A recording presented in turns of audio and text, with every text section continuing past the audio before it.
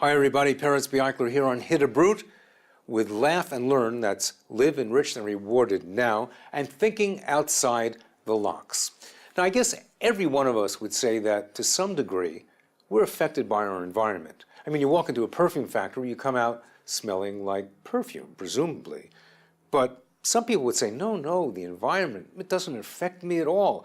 I can walk into the worst place and never be affected by it. Well, that's kind of kidding ourselves. It reminds me of this story of a couple that lived in New York, and they had very, very profound New York accents. But of course, they didn't want their youngster to have a New York accent. They wanted him to sound refined and dignified. So they hired a speech professor from Great Britain to teach him the Queen's English.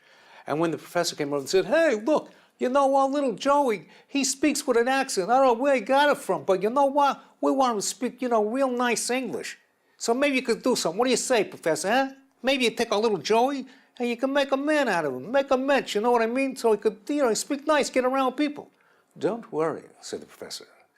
You give your little Joey to me, and I assure you, within a month's time, he'll be speaking the Queen's English with perfection.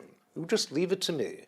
Around the proper milieu, around the proper environment, you'll see that he will be speaking delightfully. Hey, that's great, Joey. What do you say? I don't want to bother with the professor. Come on, Dad, let's go out. Hey, Joey, come on. I'll buy you a car. Whatever you want. You want to go to Bermuda? I'll get you there. Just go over to the professor. Come on. Don't you want to speak like a nice guy? People look on you, think you're classy. I don't want to go, Dad. I want to stay here. Joey, come on. Just do it for me, huh? We'll take you on a nice trip after. All right, Dad, I'm going to go. 4 weeks later, they show up at the professor's door. They open the door, and there's the professor. And he's totally disheveled. It looks like a hurricane hit the place. He looked like he stuck his finger in a light socket. And there's little Joey coming down the staircase on a skateboard. Whee! Jumps on top of the chandelier, jumps on top of the professor's shoulder, and the professor looks at the mom and dad and says, hey, don't worry. Another 3 weeks, your little Joey's going to be speaking Poifect. Now the question is, who influenced who? Obviously, the greater influence was the little boy. One never knows where the greater influence is going to be, and that's why it's precarious.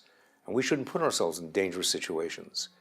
We saw by Moshe Rabbeinu, when he threw down the matzah, the staff that had Hashem's holy name on it, in front of Paro, what happened? It turned into a snake. And there, writhing before Paro, Moshe Rabbeinu took the snake, brought it back into his own domain, and then that snake turned back into the staff with HaKadosh Baruch Hu's name on it. Moshe Rabbeinu was teaching Paro and all of us a tremendous lesson. Klal Yisrael, the Jewish people, you and I, when we were enslaved in Mitzrayim, we were subjugated to the worst servitude. But Moshe Rabbeinu was teaching Paro, no, we're not this lowly people. You wait, you watch when the HaKadosh Baruch Hu takes us out of here. You'll see the greatness that we'll rise to. When we put ourselves in an environment that is really totally negative, the antithesis of everything that we want to be and that we can be, don't think it won't hold you back, it will. That's why you need to choose good friends, a good neighborhood, a good environment to be in.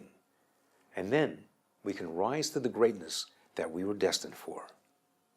Peretz Eichler, right here on Laugh and Learn and thinking outside the locks, right here on Hit a Brute.